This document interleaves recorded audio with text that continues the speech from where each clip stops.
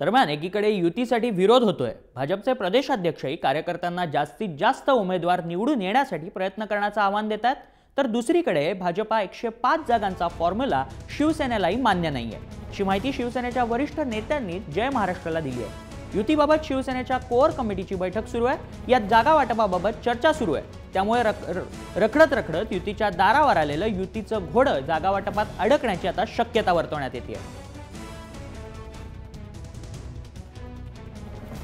दरम्यान या जागांवरून होऊ शकते युतीत बिघाडी।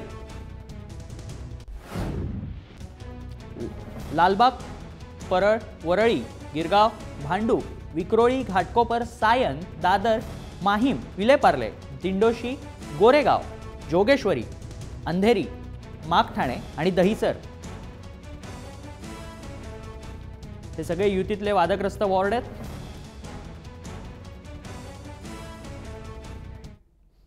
तर मुंबई महापालिका निवडणुकीत आघाडीत बिघाडी होण्याची चिन्ह असताना राष्ट्रवादी काँग्रेसमध्येच फूट पडताना दिसतेय। तिकीट वाटपावरून राष्ट्रवादीमध्ये नाराजीचा सूर उमटतोय। आमदार विद्या चव्हाण यांनी राष्ट्रवादी भवनावर मोर्चा काढलाय। उत्तर मुंबईचे जिल्हाध्यक्ष अजित रावराणांविरोधात हा मोर्चा निघालाय। राष्ट्रवादी भवनात घुसून कार्यकर्त्यांनी घोषणाबाजी देखील केली। अजित रावराणे हटावच्या यावेळी घोषणा देण्यात आल्या। तसंच तळागाळातील कार्यकर्त्यांना तिकीट देण्याची मागणी देखील करण्यात आली। याबाबत मुंबई प्रभारी जयंत पाटील, मुंबई अध्यक्ष सचिन अहिर आणि आमदार विद्या चव्हाण यांच्यात देखील बैठक सुरू आहे।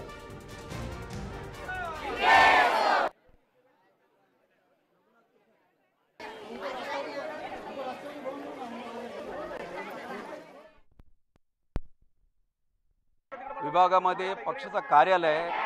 आमच्या इतर उमेदवारांची विभागामध्ये पक्ष कार्यालय आहे। दिवसरात्री पक्षासाठी काम करतो।